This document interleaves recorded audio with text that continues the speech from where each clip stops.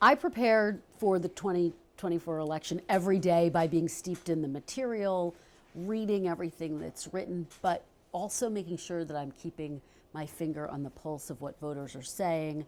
I'm going to be talking to voters here in Michigan while I'm here, and I approach this role as a reporter. Yes, I'm a moderator on Sundays, but I am a reporter every single day, and that means making sure that I'm really staying in touch with the issues that voters care most about and making sure that we are helping to educate our viewers about those issues. So can any of us really be prepared for 2024? I certainly have my life preparing for an election like this and just keeping the voters in mind. I think that's how we stay on our toes.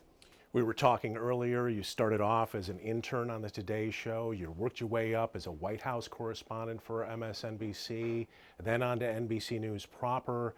You've spent a lot of time in Washington.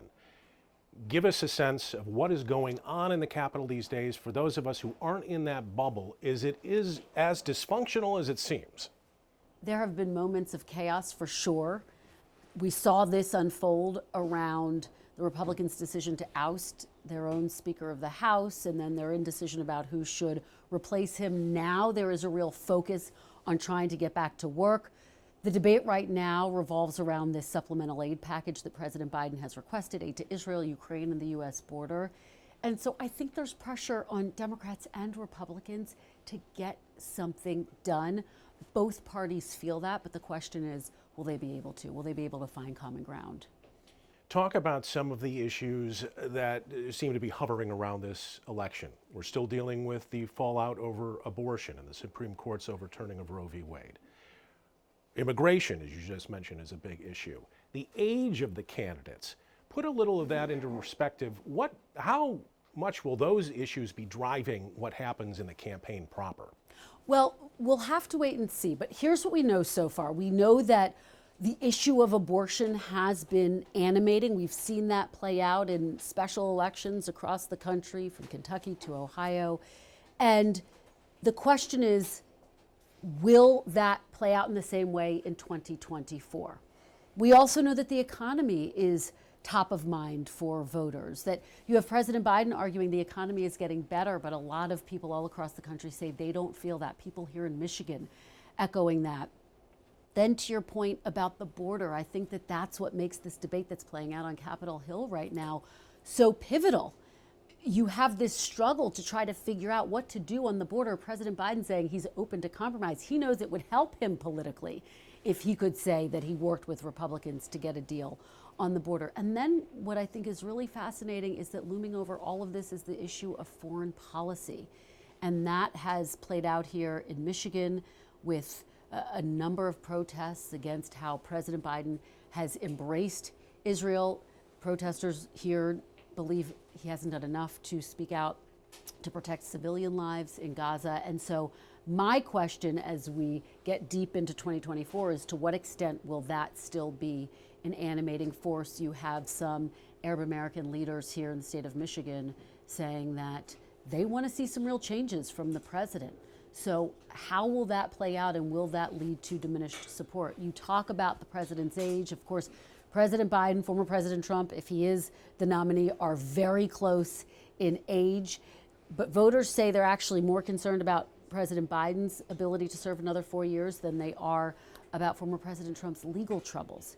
He's been indicted 4 times. But of course, we have to see how this plays out in a general election. Absolutely.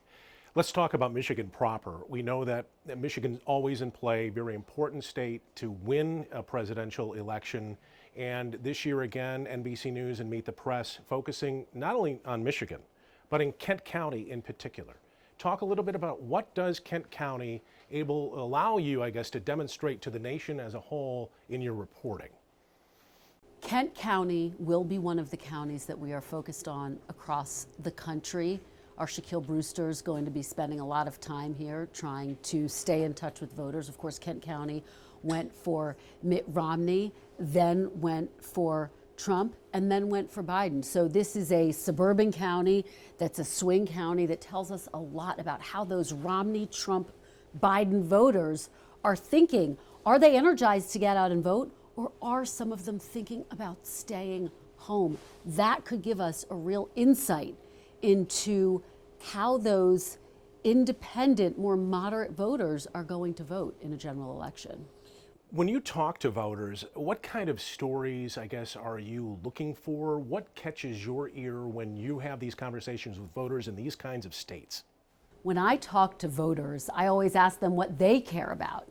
And I've been crisscrossing the country talking to voters, and they almost always highlight the economy. The fact that they can read and see that the numbers seem to be getting better, that inflation is coming down, and yet so many voters across the country tell me that they're not feeling it in their pocketbooks. And so I think the challenge for President Biden and whoever the Republican nominee is to really reach out to voters on that level. You've heard President Biden talk a whole lot about Bidenomics in recent months. He's pulled back on that messaging because there's a belief within the Democratic Party that it's not resonating.